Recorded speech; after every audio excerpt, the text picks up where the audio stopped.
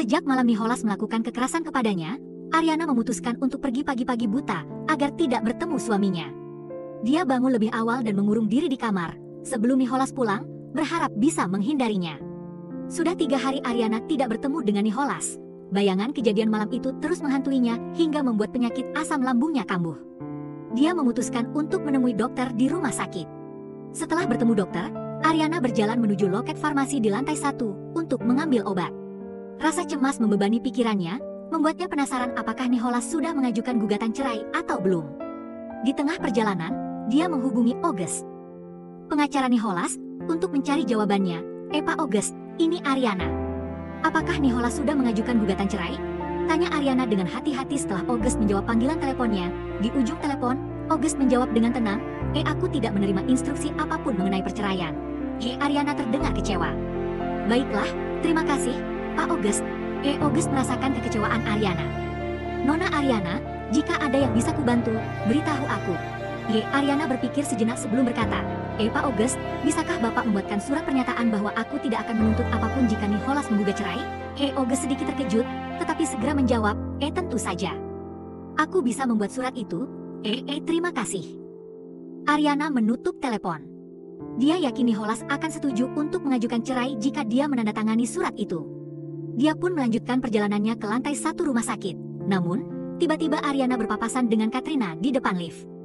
Katrina duduk di kursi roda, ditemani seorang wanita. Itu pertama kalinya mereka berhadapan sejak Ariana menikah dengan Nicholas. Berbeda dengan Ariana yang merasa tidak nyaman, Katrina tersenyum lembut. Ariana? Apa kabar? Sapanya dengan ramah. Keramahan itu membuat Ariana sedikit terkejut. Aku baik-baik saja.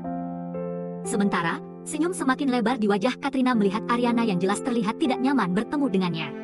Mengapa kau ada di sini? Ariana mencoba tersenyum dan berbohong, membesuk seorang teman. Semoga temanmu cepat sembuh, balas Katrina. Ariana mengangguk.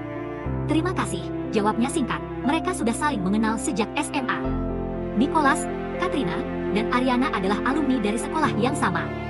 Katrina selalu merendahkan Ariana karena bisa bersekolah di SMA elit khusus kaum borjuis. Ariana, sebagai putri seorang buruh, bersekolah di sana berkat sponsor dari perusahaan milik keluarga Nicholas yang memberikan beasiswa untuk anak karyawan berprestasi. Apakah aku bisa meminta waktumu sebentar? Katrina tiba-tiba bertanya serius. Bersamaan dengan pintu lift yang terbuka di hadapan mereka, Ariana memperhatikan beberapa orang keluar dari lift. Dia ingin segera menjauhi Katrina, tetapi tidak bisa menolak permintaan wanita itu. Mereka akhirnya duduk di salah satu meja kantin rumah sakit. Untuk beberapa saat, tidak ada yang berbicara.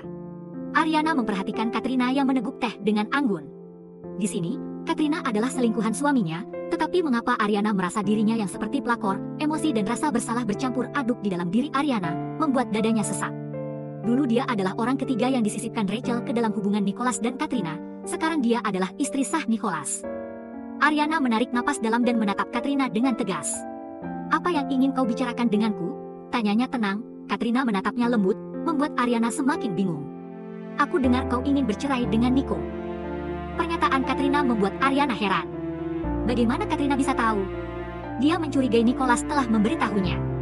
2 tahun ini, dia hidup seperti di gurun pasir bersama Nicholas, kosong dan tidak berwarna. Mengetahui bahwa Nicholas telah berbagi cerita pribadi mereka dengan Katrina membuatnya merasa semakin terasing. Apakah itu karena aku? Katrina bertanya dengan percaya diri. Nada suaranya lembut namun penuh cemoohan. Ariana tersenyum untuk menutupi kemarahannya. Benar, aku ingin bercerai. Tetapi suamiku tidak ingin berpisah. Tidak bisakah kau membantuku membujuknya? Katrina mengangguk, menatap Ariana dengan empati. Aku tidak bisa membantumu karena aku tidak ingin kalian berpisah. Percayalah, aku selalu ingin bersahabat denganmu, Ariana. Apakah waktu bisa mengubah seseorang? Ariana ragu. Dia hampir terhipnotis oleh suara manis Katrina, tanpa kilatan masa lalu Katrina yang pernah merundungnya di SMA terlintas di benaknya. Ariana tidak mengerti apa yang membuat Nicholas, yang dulu terkenal dingin, jatuh cinta pada Katrina. Apakah benar Katrina telah berubah menjadi wanita berhati lembut setelah lulus SMA? Apakah kebakaran yang terjadi 10 tahun lalu saat acara kelulusan SMA mereka, telah mengubah Katrina dan Nicholas? Ariana meremas lengannya ngilu mengingat kejadian yang mengerikan itu. Ariana melirik jam tangannya. Dia sengaja ingin memperlihatkan pada Katrina bahwa dia tengah diburu oleh waktu. Senang bertemu denganmu di sini, Katrina. Tetapi aku harus pergi karena ada janji dengan seseorang, ucap Ariana sembari berdiri, mengabaikan pernyataan manis Katrina tentang persahabatan. Melihat Ariana yang hendak pergi, Katrina lekas menjalankan kursi rodanya. "Oh, apakah aku menyita banyak waktumu? Maafkan aku," ucapnya bernada tulus. "Tidak apa-apa, baik Katrina." "Tunggu, Ariana. Sepertinya ponselku tidak ada padaku. Bisakah kau mengantarku ke parkiran?" "Sepupuku menungguku di sana," pinta Katrina dengan wajah manisnya yang memelas. "Kursi rodaku kehabisan baterai," imbuhnya. Ariana mengamati Katrina sejenak.